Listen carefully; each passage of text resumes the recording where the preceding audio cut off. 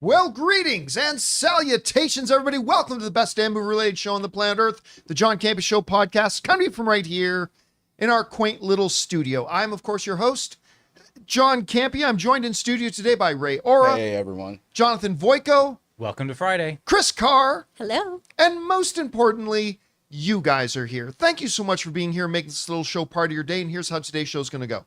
We're going to start off by talking about a number of predetermined topics, some really good ones. And then in the second part of the show, we're going to take your live comments and questions. If you have a comment or question for us to address, as long as we deem it appropriate to be addressed on the show, go ahead and use our tip link at www.streamelements.com/JohnCampea/tip. Fire it on in. And hey, the good news is, if you happen to be watching our show after it's been done live, maybe you're watching it later in the evening, you can still send in a question if you want. Just use this tip link anytime, 24/7, and we'll just address it on the next episode. All right, guys. With that down, let's get things started by reminding everybody the countdown continues. It is now 13 days. 13 days until...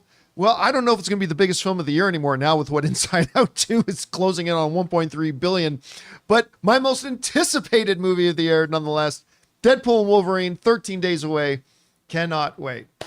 All right, let's actually get on to a story here, shall we? And we're going to get things started with this. You know, back when Dune Part 2 came out and they released the the Dune 2 popcorn bucket. Sorry, I always get those confused. It started a new trend because then Deadpool put out the Wolverine cum bucket popcorn bucket, and that's got everybody. That thing's going to sell out like crazy. The first 5 minutes that thing's available, that's going to sell out like crazy. That image is cursed. By the way, just so people know, and for Ray, had a little birdie that might work at a company with 3 letters in it that starts with A. Oh. Tell me that popcorn bucket sale. Dude, that's awesome. Someone who works at ass. A something wrote to me and said their understanding is that they will put the popcorn buckets on sale July 23rd. Mark your calendars. Yeah. 23rd. That's a big day for Ray. Now, I cannot attest to the veracity of that information. That's why it's not a headline or anything, but it looks like the 23rd is when they may go on sale. Anyway, it's now becoming a new thing in movies. You know, the movie comes. Now the trailers are a big thing, and everybody now suddenly after the last couple of decades, people get excited about the trailers. Well, now it's the movie, it's the trailer, and it's the popcorn bucket because Alien Romulus, which is coming out soon, is putting out a couple of its own versions of popcorn buckets. Chris, I can tell, is already very excited. I'm just so excited that these are less put your dick in it. Well, I mean, technically you could. So You could. Yeah. Jonathan, I'm not going to tell people where they can and can't. All right. I mean, That's not my job. I don't know if you've But seen this one. So that little guy, though, should stop most. you'd be surprised. You can do that with most things. Would I be surprised? Well, I mean, that with that delightful segue, Jonathan just had up the image of there's This 2 is different Regals. versions. Yeah. Apparently, there's a Regal and an AMC one. This apparently is the Regal one, if we understand it right, which is the head of the xenomorph that's coming out of like the side of the popcorn bucket. It seems like awkward. Like it's awkward kind of shape. I don't know. Maybe you hold it by the mouth. Yeah, like it looks like a gun kind of thing. I don't know what it's. Yeah, not sure, but still, I dig it. I dig it. You know, I dig it. Meanwhile, Chris is just dying. Sorry. Now then, there's an AMC one. Yeah. Apparently. Much classier. Yeah. That's a close up, but I have a better shot. Is there another shot? This is like, because this is from Right. AMC's, but this is from their video. So what it kind of looks, they're not giving us perfect looks That's at either the thing of that them goes yet. on the face, right? The face Yeah, hugger. yeah, Face hugger. I Oh, so it's the before kind of and after. like this one a little more. It looks like a traditional popcorn bucket, but like a metal popcorn tin, but with the face hugger kind of wrapped around it. Insert Chris Carr euphemism, whichever one you want in there. Take your pick. Take your pick. So I don't know. First of all, I like both of them. You need to get both of them. I mean, listen, neither are as good as the Deadpool one. To get the full fit. Or the Dune one. But, I mean, whether you want the double mouth or the hugger, you're kind of covered with your popcorn buckets. There you go. But this leads to a bigger question. Covered with something. You many jokes Cannot express. God. Hopefully that's the only thing we're covered in. I gotta hit the release valve. 69, dude. Okay, release valve has been hit. Now, of course, what's going to be really good was when they give you the option to replace the butter with very drippy white frosting. Anyway, so here's the question, though. It's the sweet icing flavoring. And the sweet icy flavoring. But the real question, serious question. Is it really? Okay. Journalistic time here. Okay. We had this conversation mildly after the Dune thing and, of course, after Deadpool. But, I mean, is this now going to be the norm? Is it that whenever we have like a high-profile movie coming out, is it now going to be an expected thing now that every big high-profile movie is going to be expected to have its own collectible, specialized popcorn bucket? And if so, would that be a good idea? I mean, at least with the Deadpool one and the Dune one, it looks like there's money to be made. I don't know, Chris, first of all, what do you think about the buckets that we got? And then what do you think, is this going to become a standard thing now with movie going? Listen, I full disclosure, as you guys in this room know, I have only seen Alien. I have not seen anything else. I need to make sure I watch all of these movies before I go, especially since Alien is like the scariest. Oh, and I've seen Prometheus. Prometheus was the first one I ever saw. Oh, I'm sorry. I mean, I watched in chronological order and was like, I don't get the hype. And now I kind of get it more now that I've seen Alien. I think that these are cool ones. Again, they actually look like receptacles for popcorn, so that's a big win. This guy, though, I don't know about you. Well, this one I don't know about Mouthy Boy. This one has a mouth and then a smaller, but still average size, smaller mouth inside of it. What if the smaller mouth is a butter dispenser? But the butter, it'd be missing. It'd get on your lap. That's true. No, what if you put the butter? You butter each other's popcorn? What if you put the butter through that little mouth? Maybe that mouth, you pour the butter into the mouth. So it goes at the bottom. So deposit your liquid into the mouth. I just don't think you guys get follows the hose the bigger mouth into the popcorn. Yeah. I don't think that works. I'm feeling that. It's like, this is like a spout. Or maybe the little mouth, there's a little tube in there. It's like a watering can. If like, you do that, it's just all, you know. So you drink soda from the little mouth, but then eat popcorn from the big mouth. I love it. Both ways. I do think there's money to be made with these, though. I mean, as long as these are cost effective, a great idea. I think it's a smart marketing move. I think it's a thing to make you go to theaters to go see a movie, which we desperately need. And as long as they don't cost an arm and a leg to make, I think that movies should absolutely do that. Because the thing is, they used to just be like, oh, this is the collector's one. It would be like a popcorn bucket that was like a little bit, print. Yeah. Or like, it was the same bucket, just a different print on it. Or maybe it was a little bit better material, but it was still just like that. Yeah. These literally are like you would display these. Like that Deadpool one, I don't know if that was real or not, if we confirm that, but I would just this Wolverine one would absolutely be displayed. The Alien one would be displayed. That would be on your nightstand. Yeah. You know. But I mean, like you could display these things for like your pop culture stuff, you know what I mean? Sure, absolutely. It's the rise of like the popcorn buckets this year. I think every big movie release should be working on a popcorn bucket. Let's say if it does make them more money than those regular ones would. I think it's a very creative. It gets my eyes on a film for sure. Like when we walk in, Gets me and we saw that interested. Minions popcorn bucket, I was like, I never knew I wanted that, but now I want it. The one with the light. What's his name? The minion that has I can't remember. Spotlight Kevin? on his head. I can't remember the name of the minions, but here's somebody in the live chat actually mentioned that, you know, what would have been really perfect for a popcorn bucket is Twisters. Can you imagine like having a tornado? Like a tornado shape. Perfect. Yeah. That was like Or a cow. or a cow, Yeah. but that's a missed opportunity. Yeah. But it's going to be interesting to see how they do this. Anyway, guys, question is for you. What do you think about these new popcorn buckets? And I don't know that I like this, that the different theater chains have their own versions of it. I kind of want the movie just to have one version, but what do you feel about it? Whatever you guys think, jump down into the comment section below and let us know your thoughts. All right, guys, with that down, let's talk about this, shall we? Of course, we've got Gladiator 2 coming out, and obviously they just recently put out the first trailer for it. A trailer that, despite the fact I don't like putting modern era music into a period piece film, I still like the trailer. I did not like the stuff they showed us at CinemaCon for it. Did not get me excited for Gladiator 2, but this trailer actually got me a little bit more excited for Gladiator 2. So we'll see how it turns out, if it's good or not. But oh my God, apparently a lot more people are curious about this movie and are interested in this movie than even I thought.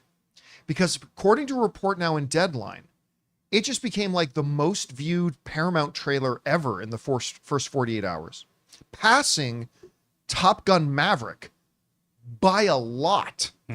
This is what Deadline had to say. Exclusive. A lot of people around the world watched the official trailer for Paramount's Gladiator 2 in its first 24 hours after dropping on Tuesday.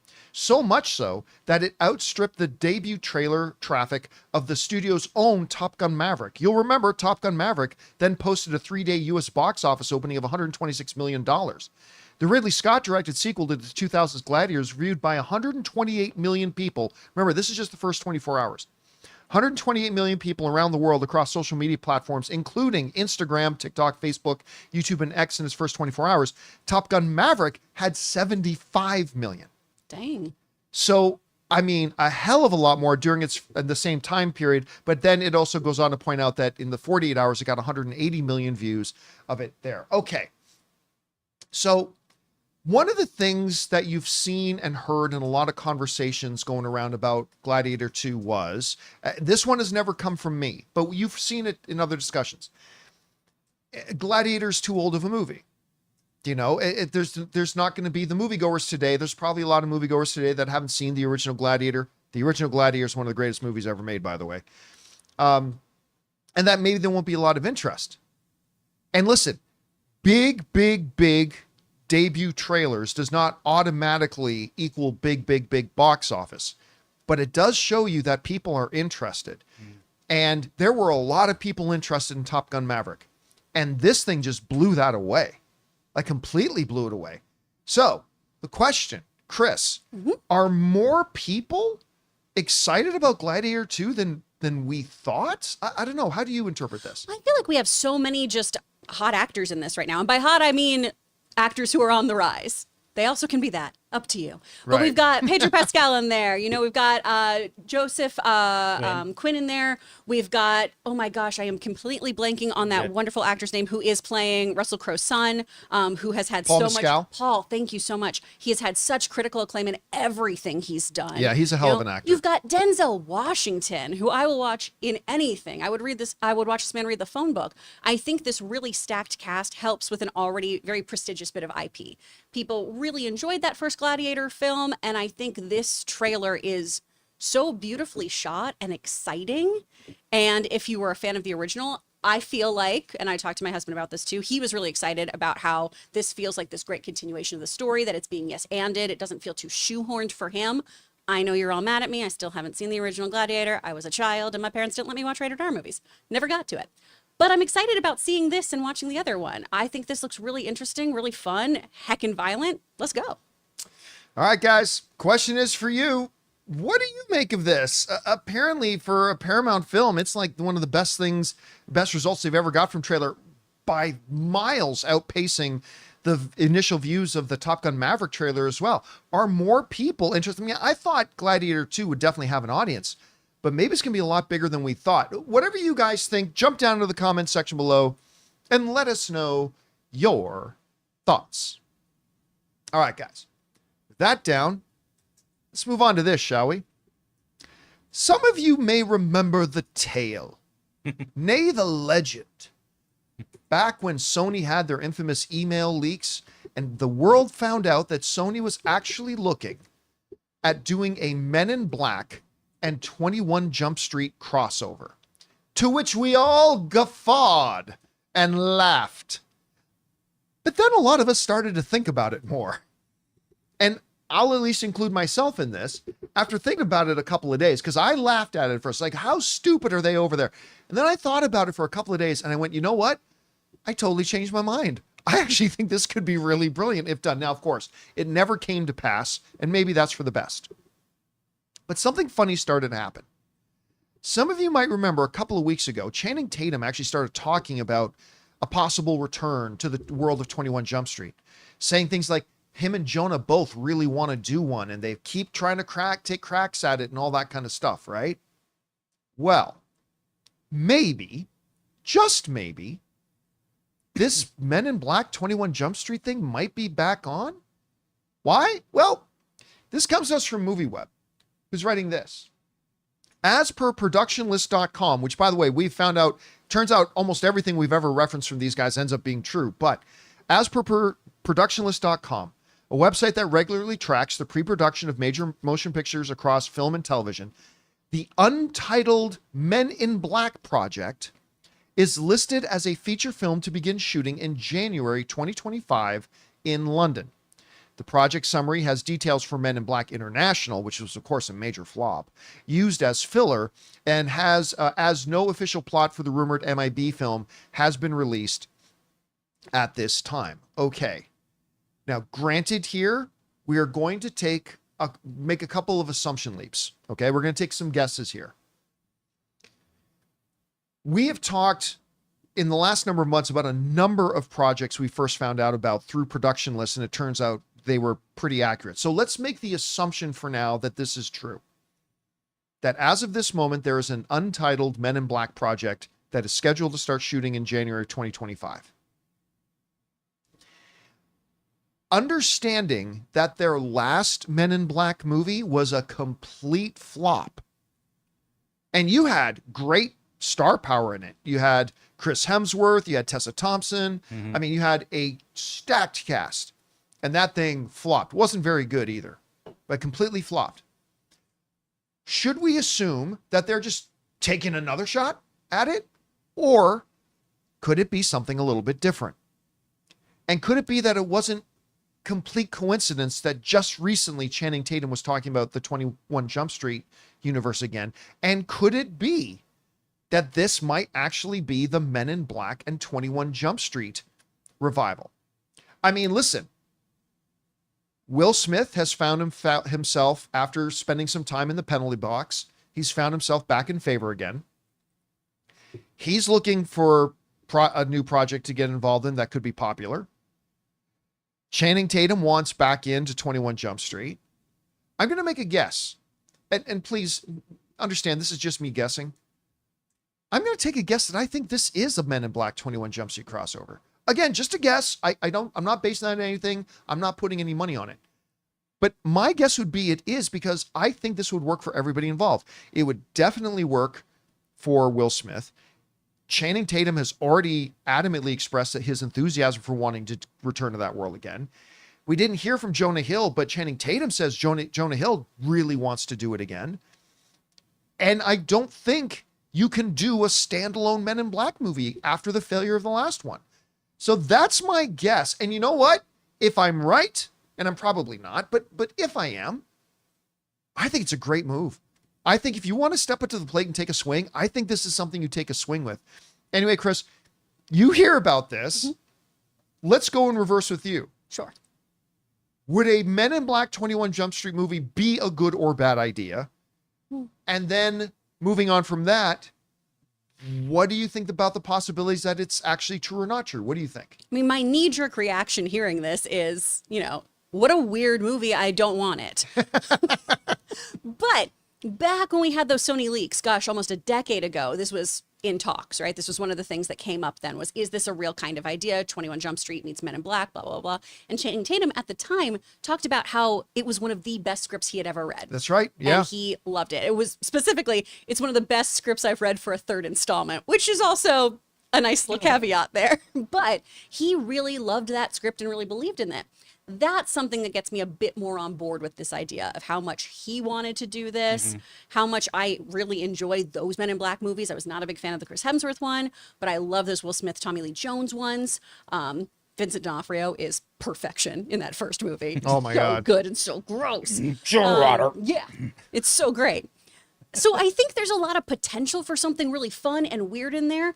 The only issue I have is both stories work really well in this kind of fish out of water way, right? Where Channing Tatum has the kind of reversal of his own expectations about how he's perceived by current high schoolers and that sort of thing. Right. And in Men in Black, you have Will Smith, who's the fish out of water with a very real, serious world that happens to be fun for all of us because of the aliens, because of all of that stuff. But there's very high circumstances and high stakes there. So you just have to kind of up the stakes of the 21, 22 Jump Street stuff, which they're there, you know, there's actual crime being committed, and elevate that so it can kind of match the absolute intensity of galactic crime that Men in Black has. That I think is the struggle here, getting those two worlds to meet. I was thinking, it's a crossover, but you have one team making it. So is this a 21 Jump Street team making an MIB movie? Yes. Is it an MIB movie making a 21 Jump Street movie? I'd rather be the former, being 21 Jump Street over like that, and then MIB being the overarching, like, you know, well, to issue. that point, to your point,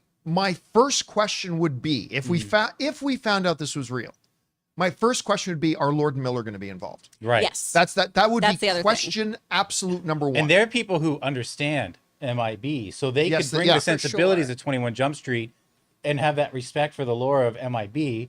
I know it's not Star Wars, but still, you don't want to screw that up. And I think that could be really something special. And honestly, I was thinking about this, and I thought about this since it was announced years ago, right? I think it was like AMC back when they first Yes, it was. right? And I was like, that's stupid. And I kind of held on to it like it's stupid to like, well, that's kind of awkward. And now I'm like, if this is how I get my 23 Jump Street, I want it. Yeah. And like they're trying to crack aliens who are undercover in high school.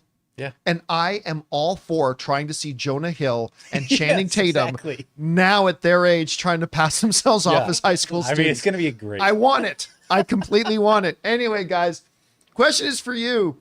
What do you think about this? According to Production List, there is an untitled Men in Black film going into production in January. Could it be that Men in Black 21 Jump Street crossover? Channing Tatum was just recently talking about it. Would you think it's a good idea? Do you think it's even happening? Whatever you guys think, jump down into the comment section below and let us know your thoughts. All right, guys. We still got to talk about a couple things, including Deadpool and Wolverine's advanced ticket sales are doubling the other top films of 2024 so far. What? And Captain America 4 just dropped its first trailer with a little Red Hulk flavor to it. We're going to talk about that and a few things more. But before we do, we're going to take a quick second here and thank a couple of sponsors of today's episode of the John Campea Show podcast, our friends at Manscaped and Miracle Made. Guys, we want to take a second and thank a sponsor of today's episode, Manscaped. Sizzle alert, this summer, let the only thing that's smoking at your barbecue be the grill, not your grooming game. Get ready for the ultimate cookout season with Manscaped. Whether you're flipping burgers or cannonballing into the pool, make sure your meat looks neat with the Performance Package 5.0 Ultra. Head to manscaped.com and use the code CAMPEA for 20% off and free shipping. Now, come on, guys, if you're like me, you used to do your grooming the old barbaric way. You know, using the clippers on your electric shaver, it never did a good job and always left me screaming out several profanities. So like me, you know that you need the Performance Package 5.0 Ultra. The Lawnmower 5.0 Ultra is perfect for achieving that crisp, clean, and confident look for your barbecues and beach days. The Weed Whacker 2.0, guys, keep your ears and nose as tidy as your hedges next door with our Weed Whacker 2.0 ear and nose hair trimmer. And you get Crop Soother Ball Aftershave Lotion, Crop Preserver, Anti-Chafing Ball Deodorant, and Boxers 2.0, the ultimate supplement to those hot summer days, equipped with the signature jewel pouch to protect your meatballs wherever the heat takes you. So get 20% off and free shipping with the code CAMPEA at manscaped.com. That's 20% off with free shipping at manscaped.com and use that code CAMPEA. Manscaped, the perfect way to get your patties sizzling hot this summer. Guys, we want to take a second to thank a sponsor of today's episode, Miracle Made. Guys, it's hot outside and your nighttime bedroom temperature has a huge impact on your sleep quality. So if you wake up too hot or too cold, I highly recommend you check out Miracle Made's bed sheets. Miracle Made sheets are inspired by NASA and use silver-infused fabrics that are temperature regulating so you can sleep at the perfect temperature all night long. There are just so many things that make these sheets so fantastic. We already mentioned the self-cooling properties for better quality sleep, but they're also self-cleaning. These sheets are infused with silver that prevent up to 99.7% of bacterial growth, leaving them to stay cleaner and fresh 3 times longer than other sheets. No more gross odors. So go to trymiracle.com/Campea. That's TRYMIRACLE.com/Campea to try Miracle Made sheets today. And whether you're buying them for yourself or as a gift for a loved one, if you order today, you can save over 40%. And if you use our promo code Campea at checkout, you'll get 3 free towels and save an extra 20%. Miracle is so confident in their product, it's backed with a 30-day money-back guarantee. So if you aren't 100% satisfied, you'll get a full refund. So upgrade your sleep with Miracle Made. Go to trymiracle.com/Campea and use the code Campea to claim your free 3-piece towel set and save over 40% off. Again, that's trymiracle.com/Campea to treat yourself. Thank you, Miracle Made, for sponsoring this episode. And thank you to Manscaped and Miracle Made for sponsoring today's episode of the John Campea Show podcast.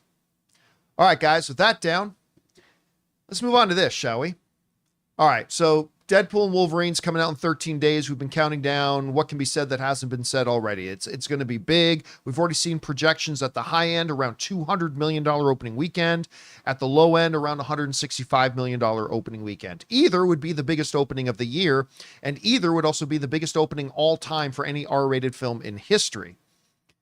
But could it be even bigger than that? I want to take a look at a social media post by our friend Eric Davis, who works over at Fandango. And he wrote this. New. More Marvel news. Deadpool and Wolverine is now on pace to be Fandango's best ticket pre-seller of 2024, but that's not the big thing. It is currently doubling all other top-selling 2024 titles. Read that again. It's on pace to be Fandango's best ticket pre-seller of 2024 and is currently doubling all other top-selling 2024 titles. I want to remind everybody that as of right now, the biggest opening weekend of 2024 was Inside Out. That while projected for an impressive $85 million opening weekend, actually ended up having a $154 million opening weekend. That's what Inside Out had. And now Fandango is saying that as of right now, still 13 days out, that Deadpool and Wolverine is doubling the pace of any other top ticket selling movie of 2024 so far. Now, I want to bring up something very important. Fandango, while a very important and large ticket seller for the movie industry, is not all movie tickets. Mm-hmm. And just because, number one, it's on pace doubling everything else, that doesn't mean it will end at the end of the next 13 days doubling. And even if it does end up being double the next biggest ticket seller on Fandango, that doesn't necessarily mean it'll have double the opening weekend in total of what, like, say, Inside Out 2 had.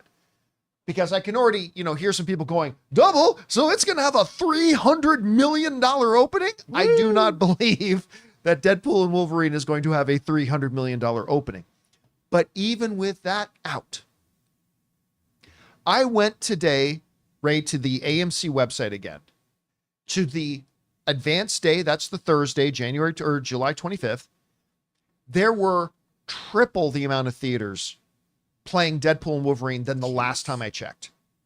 Like, they have just continued to add more and more screenings, because you remember all the initial screenings had the IMAX screenings, the Prime screenings, stuff like they were all sold out. So I think there was like 12 screenings that day. There's a hell of a lot more now, or there was like 8 screenings, whatever. There's tons more. They keep adding more and more screens because tickets, even though we're still 2 weeks out, continue more and more to sell. All right. I'm going to make a call right now that I reserve the right to change as we get closer, but I'm going to say that $165 million projection that the Hollywood Reporter gave out, I think that's out the window. I at this point, It's completely out the window. So it's closer to the original, you're thinking? I think it's going to be closer to that 200 million, which I can't remember. I think Spider-Man No Way Home might be the last time we had a $200 million opening weekend. Yeah, Ray, you can double check that for me. Did Spider-Man No Way Home have a $200 million opening? Here. So opening was 260. 260, right? I think that was the last time. Now I know Doctor Strange: The Multiverse of Madness got close to that, like 180, 190 something million. But this could be the first. I think this is going to be the first $200 million opening weekend. That was 187 for Doctor Strange. Yeah. Too. Yeah. I just think the marketing for this has been masterful. They have not. This is important. Nobody else has mentioned this. They have not oversaturated the marketing for this either. Like, I expected a month or two ago that like everything would have a Deadpool and Wolverine logo on it. Like, oh, the Acolyte? Great. You're going to see Deadpool and Wolverine doing a special Acolyte kind of thing. They definitely did one for The Bachelor, which fit perfectly. But they've been doing masterful marketing, targeting the right demographics. They haven't oversaturated. The trailer's been good. The excitement is high. And now we're hearing that it is doubling what Fandango's other top sellers were for the entire year. I said before that I do not see Deadpool and Wolverine making $250 million opening weekend. Like, let's not be unrealistic. It's going to have a big opening weekend, but $250 million is not in play. I think I take that back. I'm not saying it will make $250 million opening weekend, but I'm no longer going to say that's an impossibility. I honestly thought before that was impossible. I just don't know that it's so impossible anymore. I think 200 is absolutely in play, and I think $250 million is not completely unreasonable at this point. Anyway, Chris, you see this thing coming out of Fandango saying easily Deadpool and Wolverine is going to be their top ticket seller of the year. Yeah. And that right now it is doubling what the other top films of the year were. What's your first takeaway from this, and what's the ceiling on this thing for opening weekend, do you think? My first takeaway is that I've been right this whole time. I've been right the whole time. Bask in my glory. I've thought this was going to do really, really well. When y'all were doing that 200, I was like, no, 250. I still stand by it. 250. You're standing by 250. It's going to make so much money.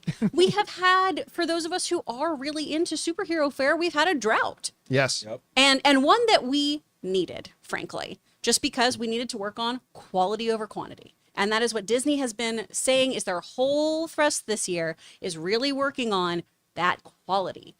You know, if you really enjoy this kind of content, you're going to come see this movie. If you like Ryan Reynolds, you're going to come see this movie. If you like Hugh Jackman or their friendship, you're going to come see this movie. I think this is going to do really well. Their marketing has been masterful. The Bachelor commercials were so good. So good, targeting the female audience. The People magazine interviews were so heartfelt and lovely, and even that tied into the marketing of just, hey, full warning, this is an actual genuine conversation. We're so sorry.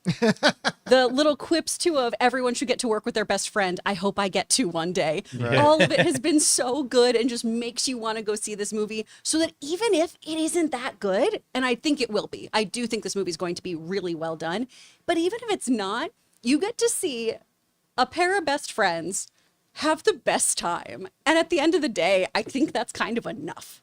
I think this movie is going to do so well, and I'm expecting very big numbers. I was overhearing, as I was sitting here working pre-show, Ray was working and listening to an interview with Sean Levy, Hugh Jackman, and Ryan Reynolds. And that topic came up about kids. Because everybody's saying, you can't have $1 billion R-rated film because kids can't go. There was a $1 billion R-rated comic book film just a little while ago. Yep. But the topic came up with Ryan and Hugh and Sean saying, like, what about the kids stuff? And Ryan said, listen, so many kids saw Deadpool 1 and 2. I say, bring them. Because of course, kids can go see the movie as long as they're accompanied by an adult. Yeah. So I say, bring the kids. And then Hugh Jackman goes, well, I'd say maybe if they're 2, maybe leave them at home. If they're 2 or younger, too loud.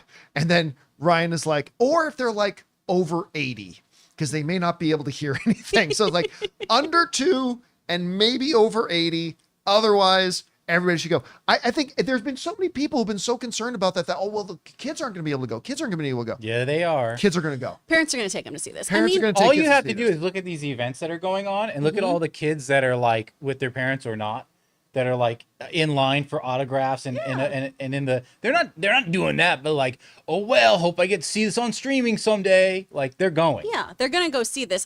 I just keep thinking about, remember when the Adam Project came out and there was that great clip of Walker Scobell doing Deadpool lines to Ryan that Reynolds? was so good. And it's Ryan Reynolds just mortified that he knows this so well. But also, you know that delivery, that cadence, all of that is what helped him get that role. So parents, if you want your child actor to be successful, take him to Deadpool. By the way, can I throw to over under chances that Walker Scobell makes a cameo in this movie? I would love if he was like a kid Deadpool. I think that'd be super fun. Because he does such a perfect Ryan Reynolds. It's absolutely incredible. So I don't know, Ray, where's your prediction right now? I mean, we're seeing these. I mean, this. What did I say before? I think I was saying 175.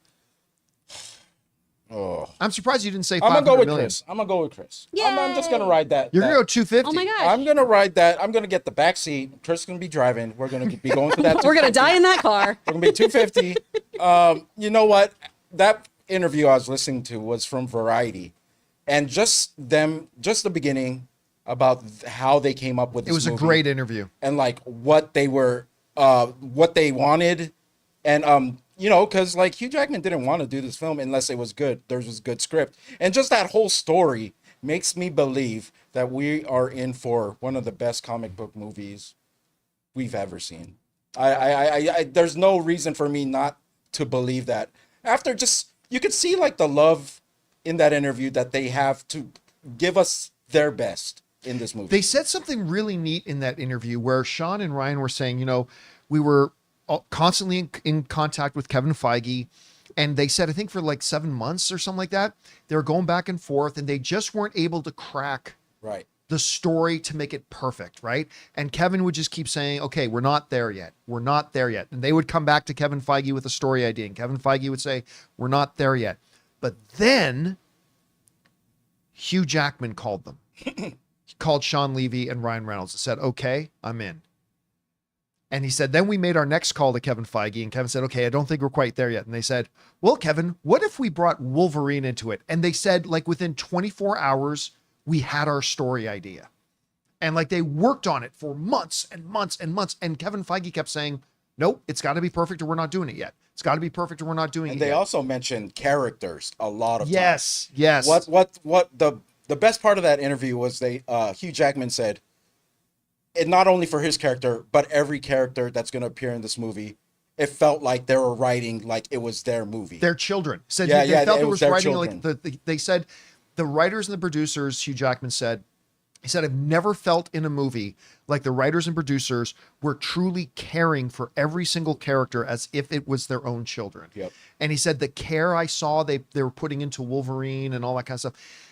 Anyway, look, at the end of the day, we still don't know how good this movie will be, good or bad, right? Yeah, we're hearing the first 35 minutes are spectacular.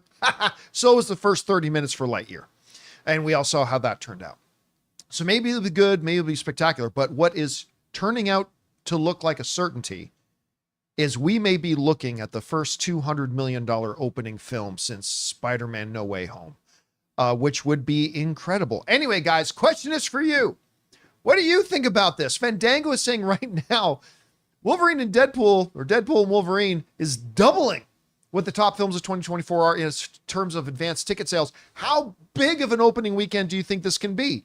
I mean, you know, because everybody said Marvel was dead. Anyway, what do you think about this? What's standing out to you the most? Whatever you guys think, jump down to the comments section below and let us know your thoughts.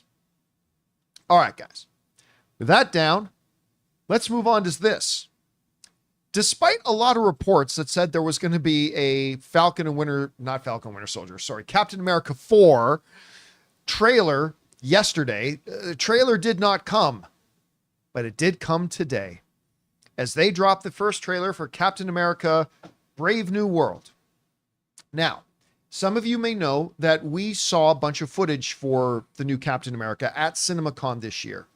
And about half of that footage, or at least about half of the new trailer, was footage we had already seen. But a bunch of the footage was not, including healthy heapings of Giancarlo Esposito. Mm-hmm. I mean, a lot. I mean, that's clearly not just some little bit of a cameo. A basic hint about what our plot is. The fact that they showed Isaiah turning into a sleeper and like trying to kill the president. And of course, that little nugget at the end where we got to see ourselves a Red Hulk at the end. That got, of course, McDonald's let us know several months ago that Red Hulk was going to be here, but still we getting to see our first little glimpse of Red Hulk. Listen, some people have accused me of being unfair to Marvel the last year or two, whatever, but I think the criticisms I've had for Marvel as a fan of Marvel, I think the criticisms that I've had about Marvel's content of the last couple of years has been fair. And, you know, I've not known what to think about this new movie. I will say this. I think this was a fantastic trailer. Kevin Feige got on stage at CinemaCon and said, we are going back to kind of the roots, kind of back to Winter Soldier, and we are going to make this Captain America movie like Winter Soldier. It's going to feel like that political thriller again. That's easy to say. Can they pull it off? This trailer looked exactly like that. It had that Winter Soldier feel to it. It definitely felt like a high concept political thriller sort of stuff with intrigue and espionage and all the good stuff, throwing in great little treats of Giancarlo Esposito and Red Hulk and all that kind of stuff. I thought the trailer was great. For a first trailer, I really think it's wonderful. I think they did a fantastic job with it. We'll see if the movie actually ends up being quite that good. I also particularly love the line. It was great to use in the trailer. They showed it to us at CinemaCon when he says, "You may be Captain America, but you're not Steve Rogers." Mm-hmm. He says, "No, I'm not." That was a perfect line to put in there because it's also kind of an acknowledgement to the audience. Yeah, I'm Captain America now, but I'm not Steve Rogers. You know, so that was kind of well done in there too. I just thought it looked great. And a couple things. The first thing that went across my mind when I heard that they were going to be dropping a Captain America 4 trailer this week was, why? It's 7 months until this movie comes out. What's the point? But then I thought about it. Here's the point. They knew they had a great trailer. There is hyper excitement for Deadpool and Wolverine right now. Mm-hmm. The conversation that has been surrounding Marvel the last couple of years, which is they've slipped a lot more into mediocrity and things like that. There is a changing of the winds in that conversation with the excitement of Deadpool and Wolverine coming. And what I think Marvel's strategy here is, you know what? Let's take advantage of that positive momentum and let's drop this great trailer to boost that positive momentum of changing the conversation about Marvel right now. Because now we got everybody talking positively about Deadpool and Wolverine and the excitement for it and the box office projections and the people watching the first bit of footage and all that kind of stuff.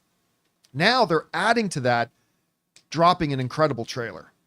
And I went from thinking this was actually a dumb move to drop this trailer 7 months in advance to completely thinking, you know what? It was a stroke of genius. Because now there's a number of things that people are talking positively about Marvel for, when you've had people like me, admittedly, for the last couple of years, talking about the shortcomings of Marvel a lot. So I thought it was a great move. Anyway, Chris, you had a chance to see the trailer for Captain America 4. Yeah. What did you think about it? Oh, I love this trailer. I'm so happy they kept at it with this one because we knew the horror stories, right? We kept hearing about all the reshoots and the rewrites and all of this, how they kept working this. Giancarlo Esposito is an addition from the reshoots. Yes. Right?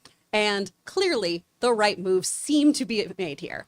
This looks fabulous. I am so excited to see who Esposito is. Rumor is that he's going to be G.W. Bridge, George Washington Bridge, which is a great S.H.I.E.L.D. agent. But that brings up so many other questions because S.H.I.E.L.D. basically doesn't exist right now. And what's going on with that? He also ties into X-Force. And I know that's a reach. but like could we have a little X-Men little moment there? Could we maybe please have that? That'd be nice. Hearing the leader in this was great too, because obviously he ties in so much in the comic books to Ross becoming Red Hulk. Right. And I think that's the thing I'm most excited about here. Not only to see Sam Wilson really come into his own as Cap, have his own way, create his own version of being Captain America, but I'm so excited to see how we get Red Hulk. Because in the comics, it's messed up, right? In that universe, typically what happens is that his daughter is killed by the Abomination. She also is dealing with gamma radiation poisoning and all kinds of other stuff. But he thinks that he has to take on this kind of mantle to be able to fight the enemy, right? It's kind of that idea of a good guy with a gun to beat the bad guy with the gun. Well, a good guy with a Hulk could do something. And that comes about because of the leader and some other folks. So I'm interested to see if we have that same kind of origin story for him, if we see Ross making really questionable choices as a leader for the greater good. I find those kinds of choices within a political thriller really, really interesting. I love when we get the political machinations of the world thrown into our Marvel universe. And I'm hoping we have some really interesting discussions about how you lead, what is right, how do you deal with a world filled with, superheroes and villains and all of that. What is your bigger gun? And I think that's going to be a really interesting story.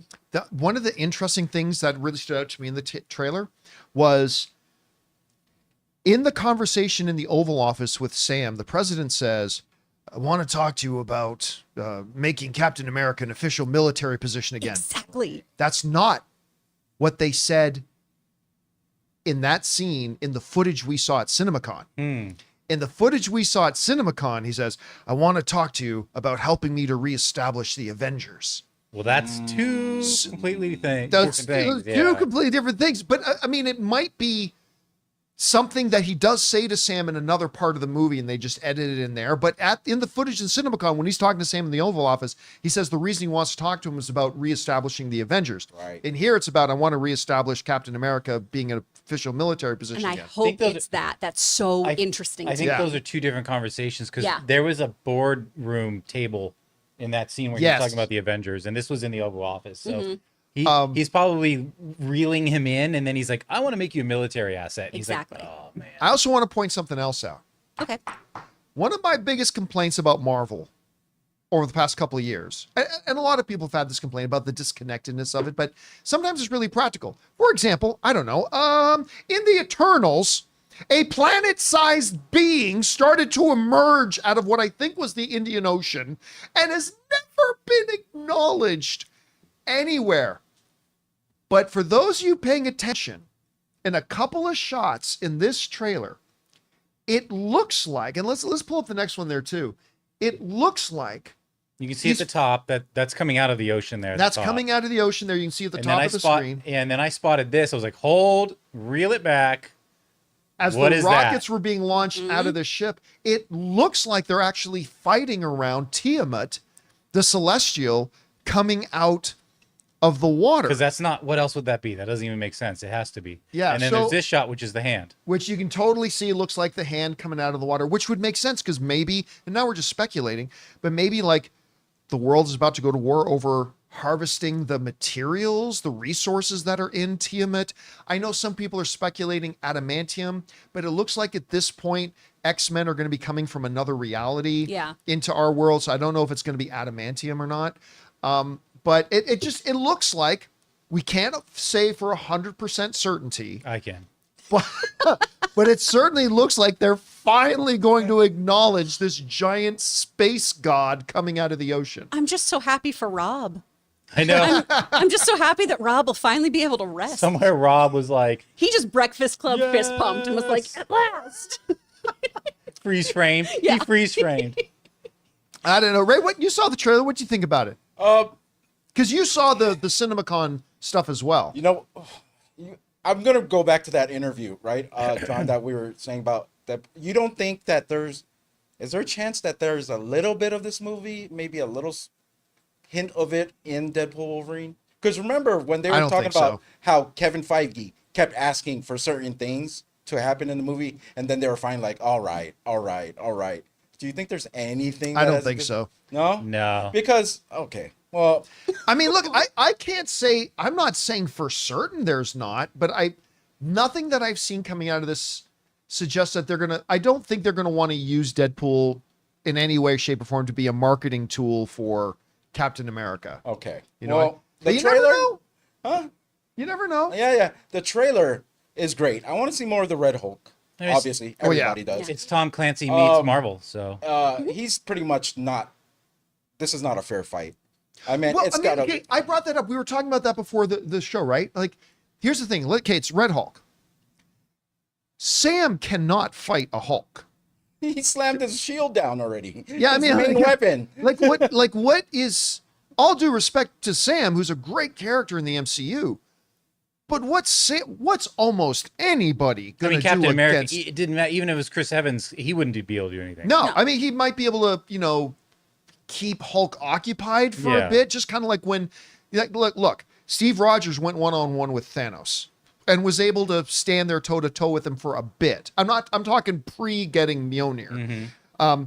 So he can, but no one can fight a Red Hulk. I'm gonna. So I don't know, maybe he's not even a villain. Maybe he knows the lullaby. Maybe he's just like, hey, buddy, on your Sun's left. getting Sun's real going low." down. You know what I think that scene is? I think that scene is that's where he first becomes Hulk.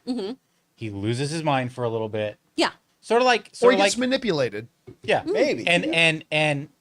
And basically he escapes the area, and that's basically that. It's sort of like when the Justice League fought Superman after they resurrected him. Didn't know who he was. Sure. Went off the rails a little bit. Took off. Had his mustache gone. That's what. Yeah, but this guy's gonna have his mustache. And I think he the best. doesn't. I think the best part of the trailer has got to be anytime Harrison Ford is on screen. I love that he's entered the MCU. I kind of think his real life personality is a little bit like this Red Hulk. A little tempered, gets mad a little bit. I mean, I can't wait to see him transform into this beast because we haven't gotten an angry Hulk in a long time that whoops butt. But Well- let me throw this out there.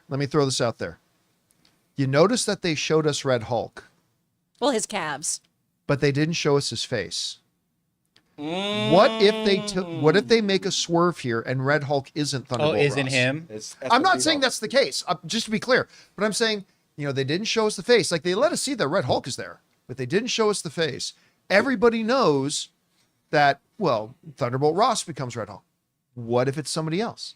Oh, I took a much more pessimistic view and went, oh, they probably didn't finish those graphics.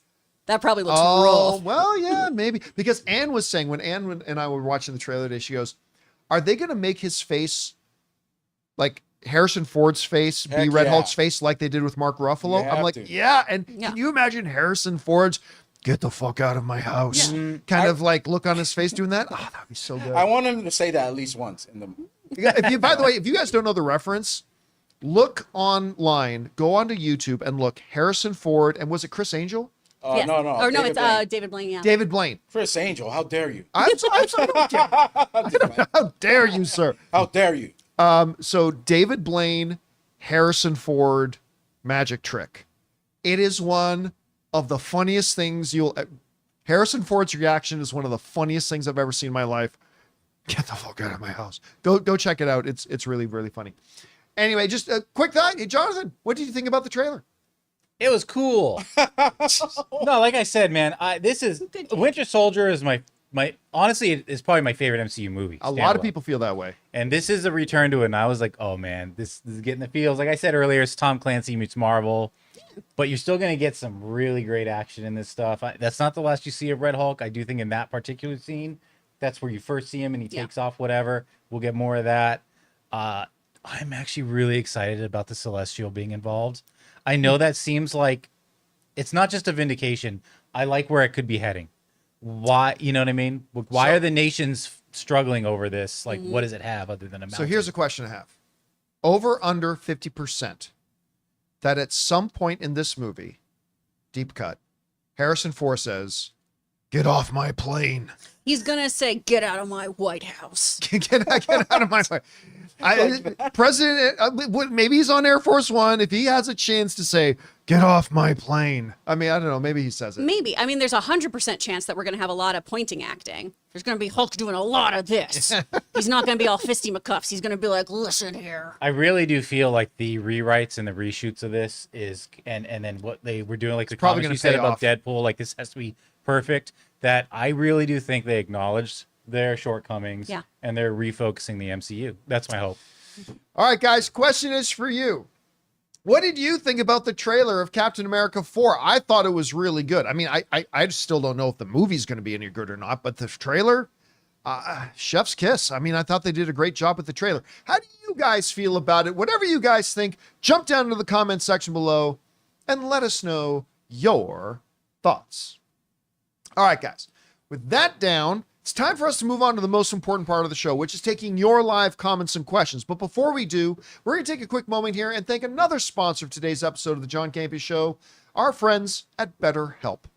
We want to thank a sponsor of today's episode, BetterHelp. You know, guys, it's one of the most unfortunate human tendencies that we have to try to compare our life to others. And social media plays a big part of that. Comparison is like the thief of joy, and it's easy to envy other people's lives because on the surface, it might look like they have it all together on their Instagram or YouTube, but in reality, they probably don't. Therapy can help you focus on what you want instead of what others have, so you can start living your best life. Give BetterHelp a try. It's entirely online, designed to be convenient, flexible, and suited to your schedule. All you have to do is fill out a brief questionnaire to get matched with a licensed therapist and switch therapists anytime for no additional charge. So get it off your chest with BetterHelp. Visit betterhelp.com/Campea today and get 10% off your first month. That's BetterHelp, HELP.com/Campea. And thank you to our friends at BetterHelp for sponsoring today's episode of the John Campea Show podcast.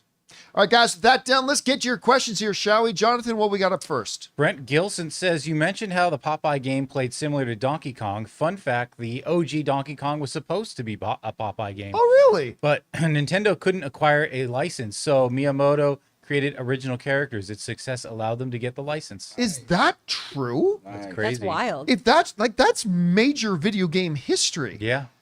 That's really fun. If that's, I mean, again, I can't speak to the veracity of that, but that sounds pretty cool if that's true. Thanks for that information, man. All right, what's next? Part Filipino says, I'm curious about movie marketing. Is Deadpool paying DiGiorno to be on the pizza box? Or does DiGiorno pay Deadpool? Same question for the popcorn buckets. Who pays for the rights to have the Deadpool design on the bucket? How are these deals structured? No idea. Yeah. I don't know. I think most times that you see movie characters on a product, that is the studio paying those places to do that.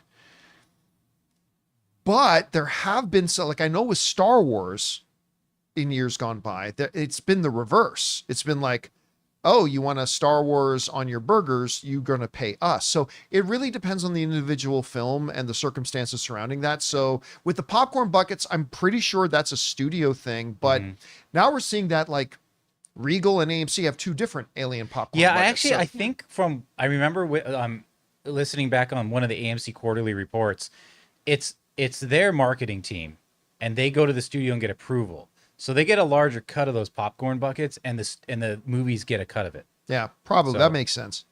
All right, what's next? We got Christopher Rosado, who says, besides any of the cameos we know already, Electro, Sabretooth, Lady Deadpool, etc., is there any character you think for sure, like, would be bet money on, will be in Deadpool and Wolverine? If so, why? For me, I definitely think Storm. I 100% think Storm's going to be there. 100% I think Storm's going to be there. So, but the one I've got, we were just talking about before the show started, Channing Tatum as Gambit. Yeah. I mean, because when you consider the history of Channing Tatum having supposed to have played Gambit, the fact that he was even at the Comic-Con press day, the Comic-Con panel came out as Gambit, and the fact that he and Ryan Reynolds are such good friends and they've been in a couple of movies now together. I think that one. Do you got one? Do you think that's like a home run we're going to see? I mean, for sure him. I'm trying to think of who else. All right. I don't know. Yeah. What's next? Part Filipino's back says, do you generally skip show intros, the music, not the recaps? Are there any intros you don't skip? I watch the Game of Thrones, X-Men 97 intros every time, but I mostly skip. I also notice you don't have your music intro anymore. Any reason for that? Well, we've answered that. Yeah, we've already answered that question. So I always skip the previously on and then the show intro sequence, except for 2 shows. Game of Thrones, I don't care. I got to hear that music every time. It just brings me into the world. And Peacemaker. Yeah. Which is the greatest show intro in the history of television. Yeah. Plus, the thing with Game of Thrones is it typically, more so with Game of Thrones proper than House of the Dragon, but it would show you new locations they were going to be like introducing on the episodes. So like, ooh, we're going to go there this episode. Fun. Yeah. So I would do that. And I think typically every show I watch, I give it the first episode just so I know what it is and I get the feel. And after that, I skip. All right. What's next? Carter just got tickets to the Greatest Showman sing-along movie party in Los Angeles. Excuse me. So excited. Never understood why it has a rotten score on Rotten Tomatoes. I don't believe it does. I'll look it up. I don't know. Let me check. Yeah, let me check too. Greatest Showman, Rotten Tomatoes. The movie is wonderful. Man, was it 2017 that movie came out? 57%. 86% audience. Yeah, I don't get it. I think the movie's great. It's delightful. I never saw it, but I love don't that have any hate movie. for it. I love all the music in it. I don't think there's a single song in that movie that I don't think is a complete banger. I think it's great. And yeah, I've seen footage of some of those Greatest Showman sing-along screenings, and they are hype. Like they're like everybody gets out of their seats and sings along, and they're great. I hope you have a great time. All right, what's next? Sino says, watching the show today, this was yesterday, there was a discussion about daycare at the theater. Here in Utah, the Megaplex movie chain has quiet rooms in some of their auditoriums. It's a soundproof room, so you can take your kid to the back and still see the movie. That's cool, but you're also with your kid. Right, but now that's been around for a while. I remember some AMC theaters experimented with this as well, where they would have like at the back of the theater, like a glass wall, and that's mostly soundproof, not completely soundproof, with speakers coming into that room as well, where parents with kids can be with their kids, still watch the movie, and if their kids get rowdy, it doesn't bother anybody else.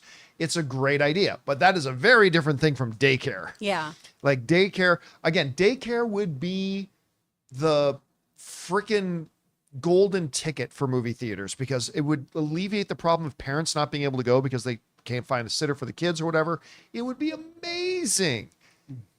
Except for all the legal liability that movie theaters would face. And it's like, oh, my kid's got a scratch on their hand. Suing Regal. So yeah, that's why it'll be very, very difficult to see them do. I mean, I'm not saying it's impossible. I'm just saying that's the challenge. All right, what's next? Direct a few adults on their phones to the quiet room. Absolutely. Get out of here, Regal no-ho goers. Hey, there's a quiet room back there. I think you need to go now. Logan Vaughn says, you know what the Jurassic World movies are missing? Good competition for the dinos. Humans are too easily eaten. That's why they should combine Jurassic with Apes franchise. Oh, they'll kill apes. Imagine apes versus dinos. The fights would be iconic. Yeah, they're going to eat the apes. No, I got news for you. The fights against apes would be not any better. No, I'm sorry. I've seen all the apes movies. There ain't a single one of them that's going to stand up to a velociraptor. Maybe you're thinking like, oh, yeah, a triceratops, but there's velociraptors. Exactly. Yeah, no, that's not a fight. That's not a fight at all. But I'd watch it. Dude, I'd watch it. Yeah. Now what they need I would watch it. is dinos fighting other dinos that humans are riding. Oh, we'll call it Dino Riders. With Yes. See? Perfect. Take that, market it, Jonathan. If only- Trademark that. If only it Trademark that right away. only it wasn't already created Yeah. in the 80s. No. I was gonna say. It's a totally original idea. Go trademark it. Dino Riders. All right. Riders with a Y and Yeah. a D. With a Y. Dino Riders? Amin says, which post-apocalyptic world do you think could survive the longest in? Do you think you could survive? A Quiet Place where you have to stay silent, Bird Box where you have to be blind, or something like The Last of Us where you have to hide and probably be able to run away fast? I think I could thrive in a quiet place. I think A Quiet Place. Yeah. Because spores and all that stuff, man, one wrong step and you're just kind of... Any apocalyptic situation, I'm dying so quickly. I have no skills. I still... the one thing that, okay, because I think The First Quiet Place is a beyond brilliant movie.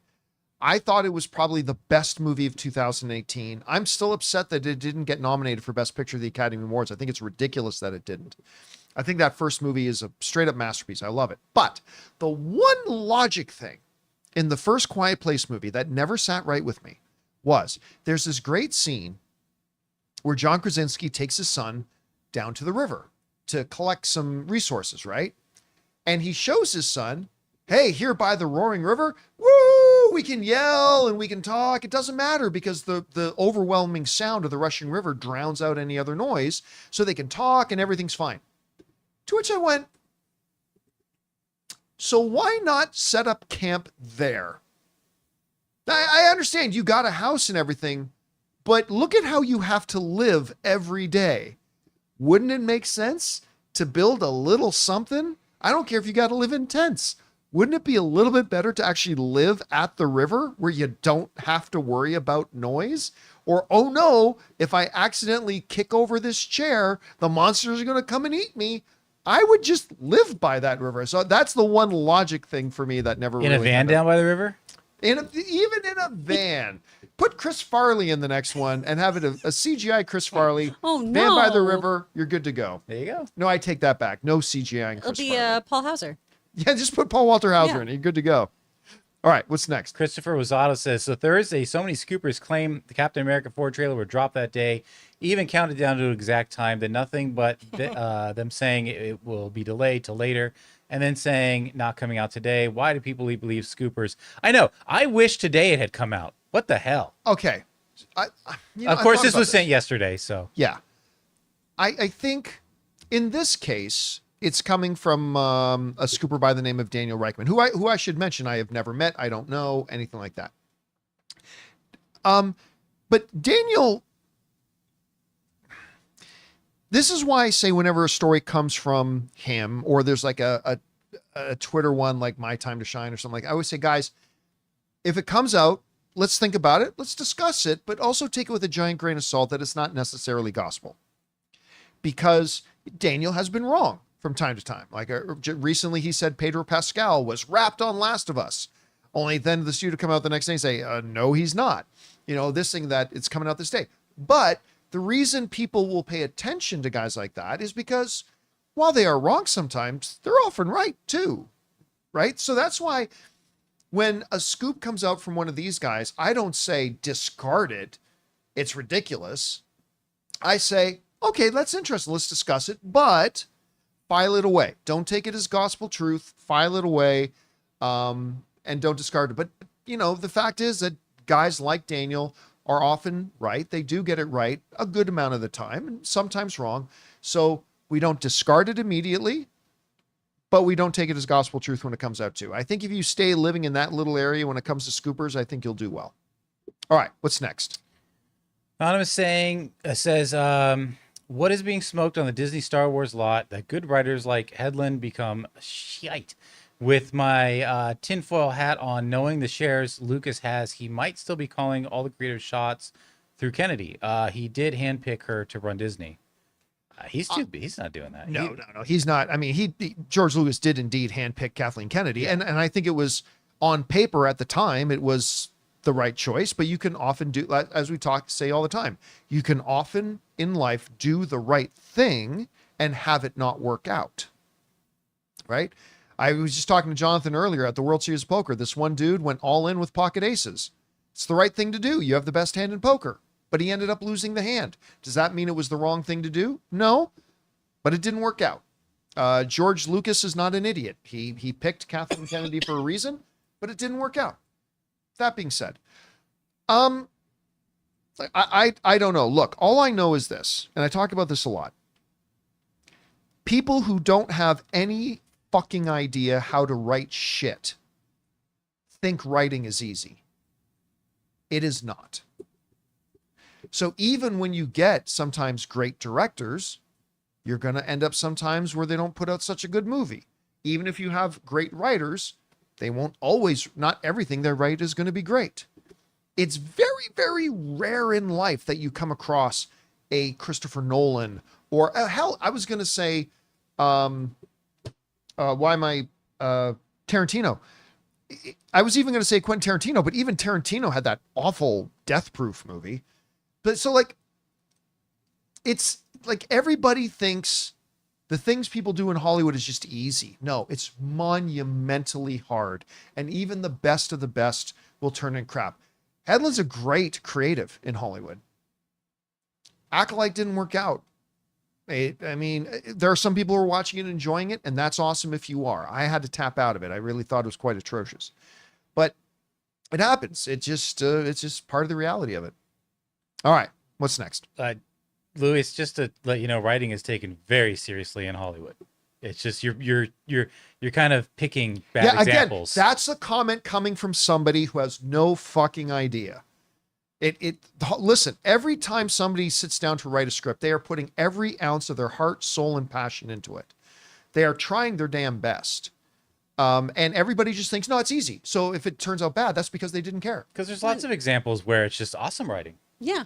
Well, and you've got to factor in the acting talent, the directors, the executives who ask for rewrites, and they want a very specific thing laid out too. The writer doesn't have full control over their script, especially once they buy it. Yeah. I mean, look at Bullet Train, right? That same writer has sold so many scripts to Hollywood, so many scripts. And it was one of the first movies of his that actually got made. So many times studio executives just buy scripts so no one else will make them. Mm-hmm. So you have very little control over the end product ultimately. Yeah. All right, what's next? The Dark Nick says, just saw Fly Me to the Moon, a nice feel-good movie with wonderful characters and sharply written comedy. Unfortunate that too few will go see it. 2 trailers, We Live in Time, and a movie called Here. Wow, I was weeping just from the trailers. Oh, Here looks interesting. I did not go to see it last night because Ann and I were out camping, but we are going to go see it tonight, so I'm very excited about seeing it. I've been really looking forward to this. I thought that was a really good trailer for Fly Me to the Moon. I thought it was really good. So going to go see that. I'm going to try to double header it. I wasn't planning on seeing Long Legs until next week, but I'm going to try to double header tonight, seeing Fly Me to the Moon and Long Legs. So hopefully that works. A cute little rom-com and then serial killer fodder. Absolutely. What a nice pairing. That's a great way to, it's like a chaser. It's a perfect chaser for it. Which one are you chasing? All right. What's next? Don't You Blame the Movie says, I'm calling it off with my husband to be. He's booked our holiday to Spain over the Deadpool 3 release date. See it there. I'm now searching for cinemas in Tosa de Mar. Joking, of course. Has Anne ever given you a reason for divorce? No, she preemptively. First of all, that would be a really stupid. Well, I think they mean like in terms of that. Yeah. No, but the closest it got was to us not getting married, because it was we were into that phase of our relationship where things were starting to get serious, and I found out when she mentioned to me she had never seen the original Star Wars movies. And some of you have heard the story, but to which I said, okay, so here's what we're doing for the next 2 days. And it is not an exaggeration to let you know that whatever this is completely dependent on what your reaction is to these movies. So fortunately for me, she actually ended up loving the original Star Wars films. So, and the rest is history. Here we are. All happy. And yes, I'm sure you're going to be able to find a place in Spain to watch Deadpool. 100% you will. All right, what's next?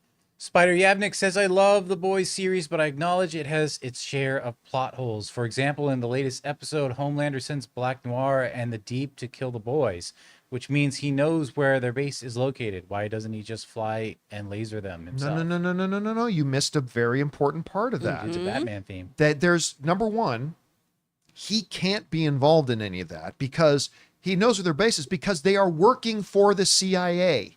They are working for the government. They are a government-sanctioned organization right now. And they even have a line of dialogue in that episode saying, we can't get involved in this. We can't have this become a part of this. Number two, because of his thing with Ryan, his son, he cannot be directly involved in murdering Butcher. That is just going to create a world of problems for him that he knows and understands. So what he tried to do is covertly send Deep and Black Noir over there to hopefully get it done, but it's something they're trying to avoid. So I'm not saying the show is without plot holes. Don't get me wrong at all, but that particular thing isn't one of them because they actually covered those bases in the show. All right, what's next? Joey says, no, just the boys does not get to make me have an instant sobbing fit and then follow it up with like 4 other things happening after. I thought for sure We were about to lose one of our mains in episode 7, and yes, I'm referring to G2, the saw scene. I'm not quite sure what we're talking about. I mean, we're clearly talking about the episode in The Boys. Listen, I thought this latest one was great. The stuff with Ryan that's going on is like top notch, and just the way Butcher says when did you see the newest episode? When he's watching the kid on TV, he says, and that's why I believe in him. It's like, oh, it was so good. And then everything going on with Mother's Milk right now and is so good and so profound. And the A-Train stuff is getting really compelling. Really, really interesting. And you know what I love too? They did a scene with Ashley. This is the thing I love about The Boys. Every character is multi-layered because they've been passing off Ashley as really just dark, horrible person.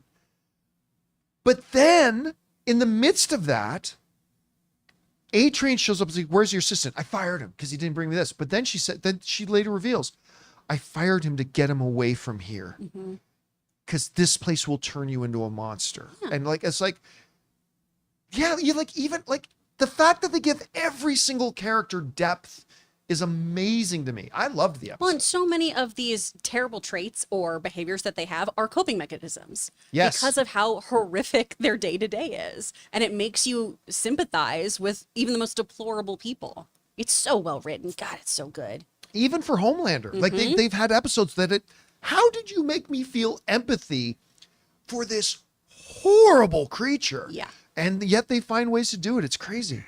All right. What's next? Logan Vaughn says, Marvel should take their What If series and turn it into a special at the end of each MCU phase. Use it as an opportunity to tell one-off Elseworld stories from the phase that just ended. That way it doesn't drag out and only covers recent movies. I honestly feel they should just abandon What If. What If, to me, is completely pointless. It doesn't have the viewership that they were hoping it would have.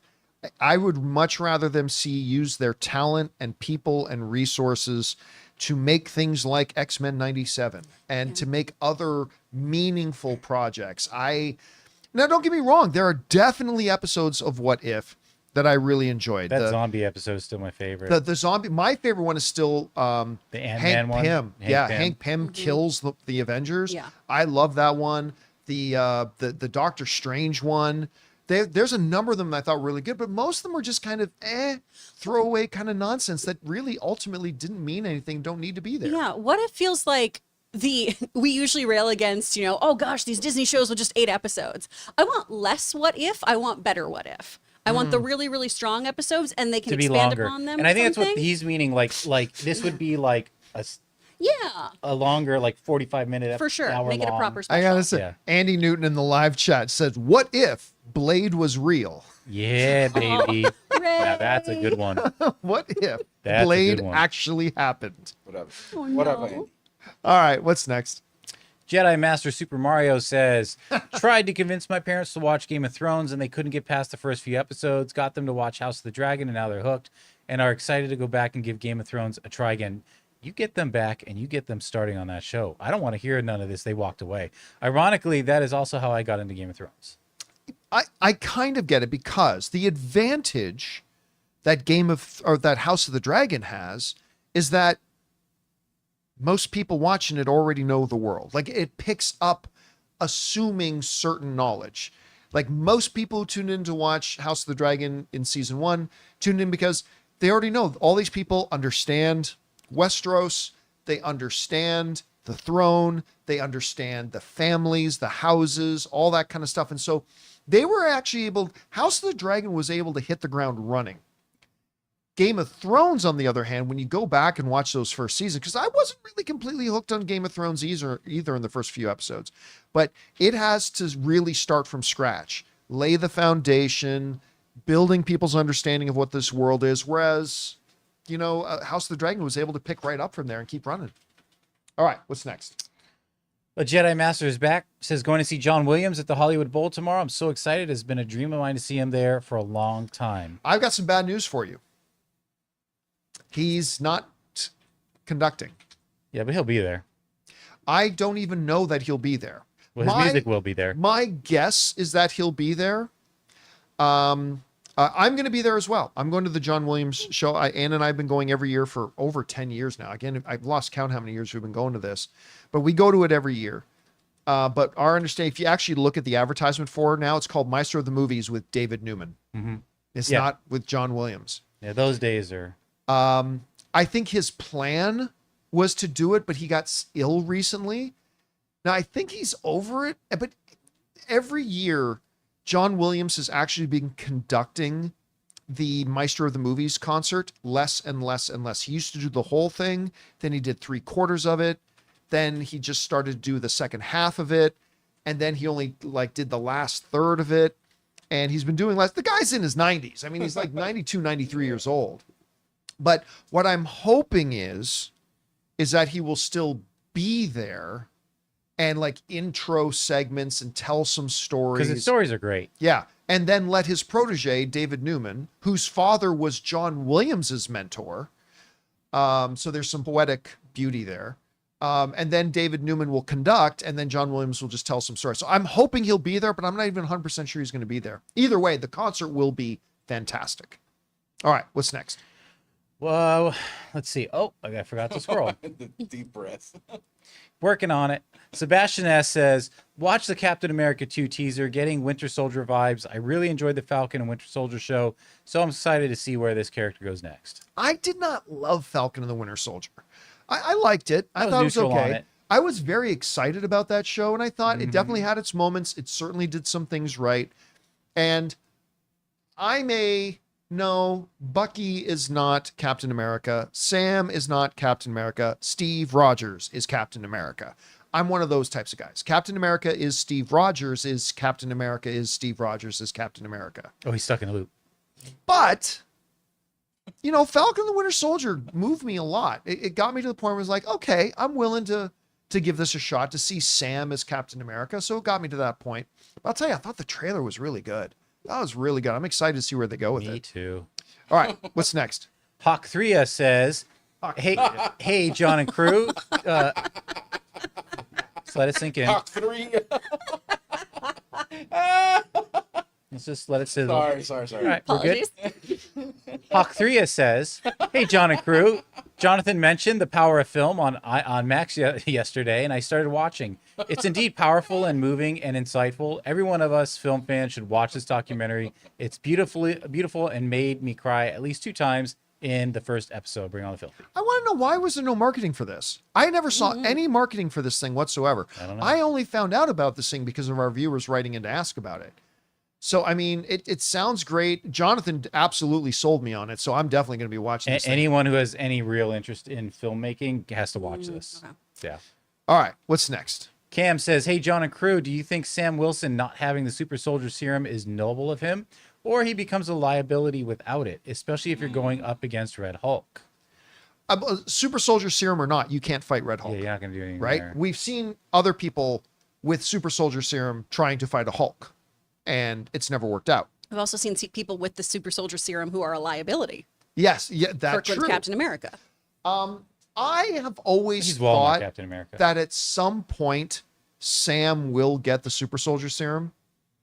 But I mean, listen, we've had Black Widow did not have super soldier serum or an Iron Man suit and was still an OG Avenger in the MCU. Batman has no super soldier serum or, an Iron Man suit of any kind. He's not a metahuman. He does have cool toys. And there he is. So I still kind of think he will get the super soldier serum at some point, but I don't think he's a liability without it, because we've had other events. Hawkeye has no super soldier serum or Iron Man armor, and he's an OG Avenger. So yeah, I think it can work fine without the super soldier serum, but I do my guess would be he will get some. All right, what's next? Tron says, is there anyone interested in The Crow? It comes out next month, and I sense almost zero buzz or excitement. Feels like everyone has already assumed it's going to be trash. Granted, the trailer was terrible, though. I disagree. I actually don't think the trailer was all that bad. I think a lot of people just decided to hate it before it ever came out, and I actually think it looked all right. I thought it looked all right. I'm definitely going to give it a shot. You got a Skarsgård in there who always delivers. We'll see. I mean, maybe the movie will be terrible. The reality was, when the original came out, it wasn't very popular either. So we'll see. I am moderately interested in seeing it. We'll see how it turns out. All right, what's next? All right, our cheerful giver Matan says, in case you didn't hear, Goldman Sachs called BS on generative AI, saying it is too much spend, too little benefit. Can't believe that Hollywood almost committed seppuku last year at the strikes trying to chase the empty Gen AI hype. To a degree, I understood it because it's not with technology. It's never about where is it right now.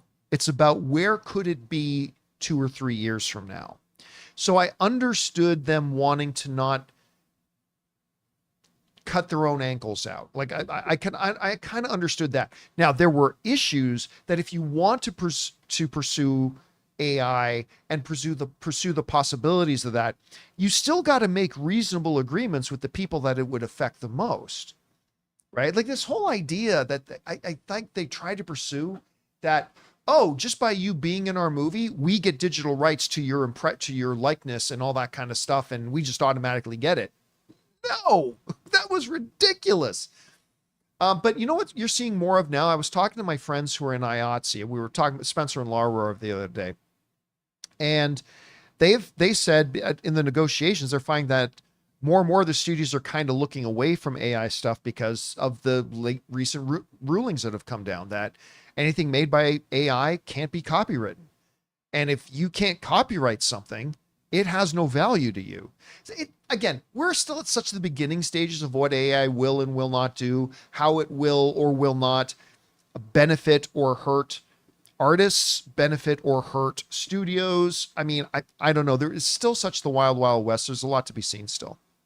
All right, what's next? Nova Kaiju Comics says Godzilla Fest this weekend. With how much kaiju content we've gotten in the past year, I couldn't be more hyped. -1 and Ultraman Rising were top tier.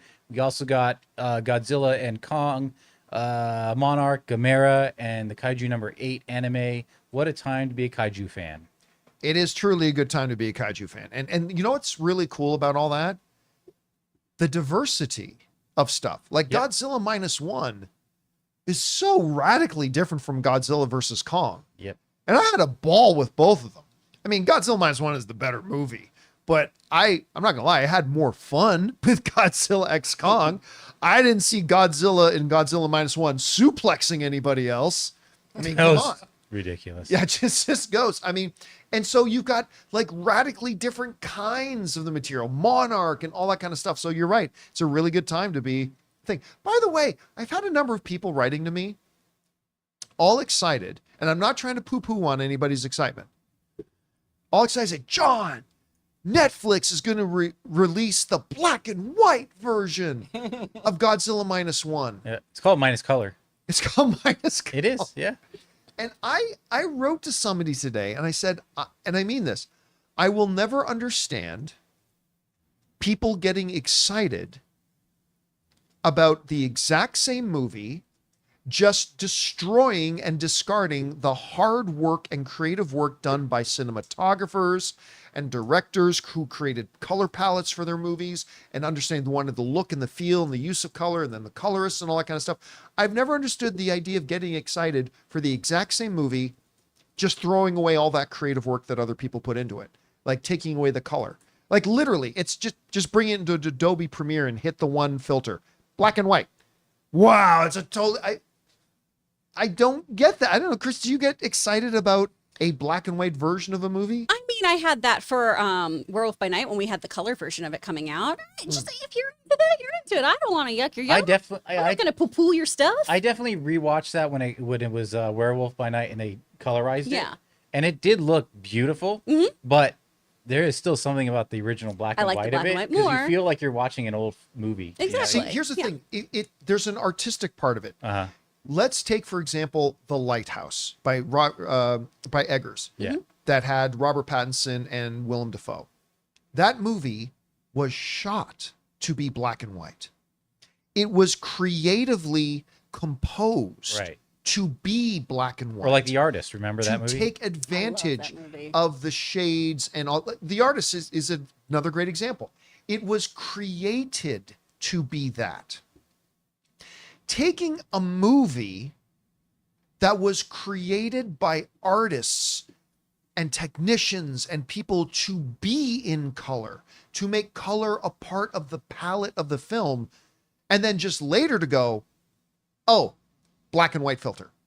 That to me is not artistry. That's not art. That's not artistry. The art is the creation of it. So while I can completely appreciate things like The Artist, things like Lighthouse, that are made specifically with the artistic intent of being shot in black and white, to utilize black and white and leverage black and white in its own unique way to help tell your story.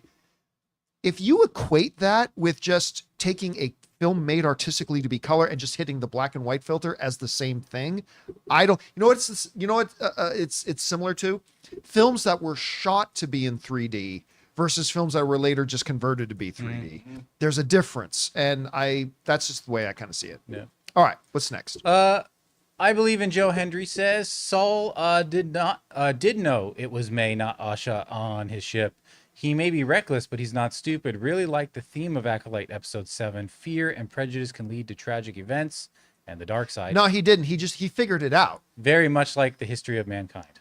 He figured it out, but he didn't know at first. So he later figured it out. I have heard enough about Episode 7 to know that I'm happy with my decision to give up on the show. So we'll just leave it at that. All right, what's next? Clayton says, I've always wondered, John has talked about not being a fan of the multiverse, but loves Spider-Verse. I feel the same way, but can't verbalize the difference between why I don't like the multiverse writing, but Spider-Verse works. Why does one work over the other? No. It's understanding that things are not black and white. Like, I also hate one of the laziest tools in any writer's tool belt, time travel. I really don't like the use of time travel movies. It's the ultimate form of laziness.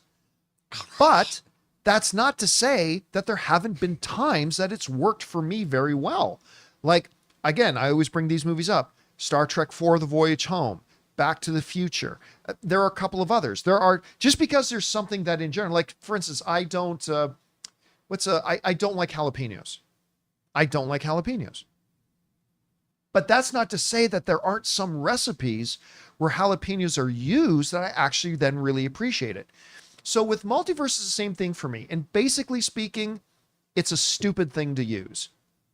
But there are times that it's the right tool for that story and it can work really well. It's like any other storytelling trope or any other storytelling device to me. All right, what's next? Mega Red says, hi crew, just needed some general advice. I'm a 26-year-old dude. Well, you're already winning. You're 26. Congratulations. You're not over 30. Who recently started seeing a 34-year-old woman. All right.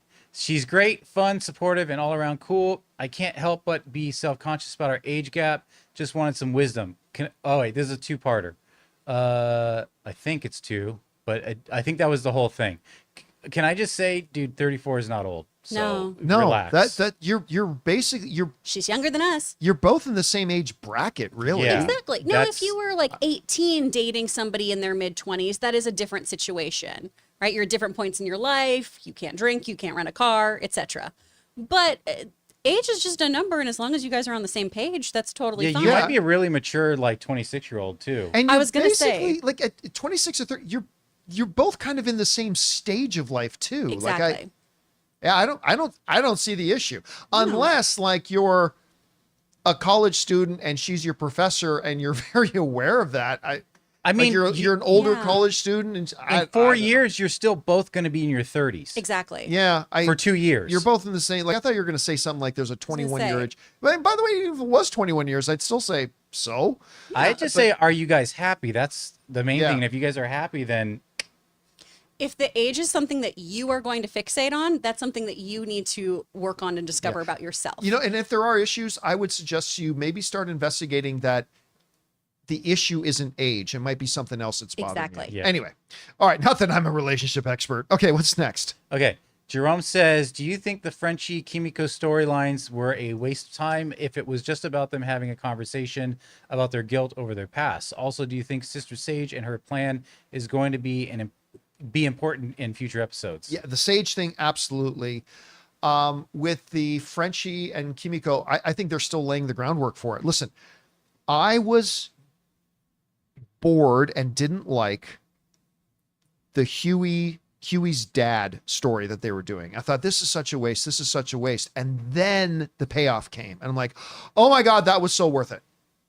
So I am totally going to give them the benefit of the doubt of all these storylines they're laying down because they always pay it off so well. So we'll see how it goes. All right, what's next? Brutus. It says 202, but it's just this one. I feel shows like Lost, BSG, FNL, West Wing, The Shield, Mad Men, Breaking Bad, and all those HBO gems. Breaking Bad wasn't HBO. And Mad Men was not HBO. No, those were AMC. Those Yeah. were both the AMC, yeah. Deadwood, Sopranos, Wire, 6 Feet Under. Oh, he's those saying are in all- those okay, yeah, HBO those are gems, all- those are the Deadwood, HBO gems, Sopranos, yes. Wire, 6 Feet Under, Band of Brothers were just in another level. Do you agree? I'm not sure what BSG and Another FNL level is. to what? Because Battlestar like, Galactica? yeah, BSG would be Battlestar Galactica. Yeah, That okay. is by the way, my number one favorite. I think that's the greatest show ever made. The Ronald D. Moore remake of Battlestar Galactica, not the original. Although I like the original too. I mean, yeah, you just listed off some of the all-time great shows, but I mean, shows today, you know, Game of Thrones, House of the Dragon, Last of Us, Shogun. I mean, I wouldn't put The Bear up there yet, but The Bear's getting close. I mean, yeah, they're another, but I wouldn't say they're another level to the shows that we have today because we got some today that are right up there too, if not exceeding them. All right, what's next? Perfect Image. Why is Disney not capitalizing on the old Blade movies and TV shows to put on Disney Plus? Well, no one watched the old Blade TV show. I don't think they would be. Here's the reality: it would cost them more money to put that Blade TV show than they'd ever make off of it. Nobody was going to watch it. I was 2 years old when I learned that existed. Yeah. All due respect to Sticky Fingers, who Nope. played Blade. I'm not gonna lie, I got a little kick out of that show. Do with butter. I did. I got a little kick, yes, but his name is Sticky Fingers. And there could be rights issues with the other Blade ones. There's probably rights issues with the other Blade movies. Imagine the advertisement. Disney Plus presents Sticky Fingers. Yes, Blade. All right, what's next? We got members. D Wolf says Red Hulk, Giancarlo Esposito, Tiamat, Celestial. You're not Steve Rogers. You're right. I'm not. That show of the shot of the new suit and wings. I was mid on this movie before the trailer. Now I'm hyped. Thanks for everything you do. I was a let's wait and see kind of thing with the new Captain America movie. I liked what we saw at CinemaCon, but I thought that trailer was great. Now, again, I'm not going to get too excited because we've all seen lots of great trailers to movies that didn't end up being good. But as far as just trailers go, I thought this was a big winner. For a first trailer especially, I thought this was a very, very good trailer. Released explicitly to capitalize on the momentum that Deadpool and Wolverine is giving the MCU right now. And, well, we'll see how it turns out. All right, what's next? Stefan said, oh, wrong thing. Stefan says, happy Friday. I saw Long Legs last night. It was the most uncomfortable movie has made me feel in a while. Really a great movie.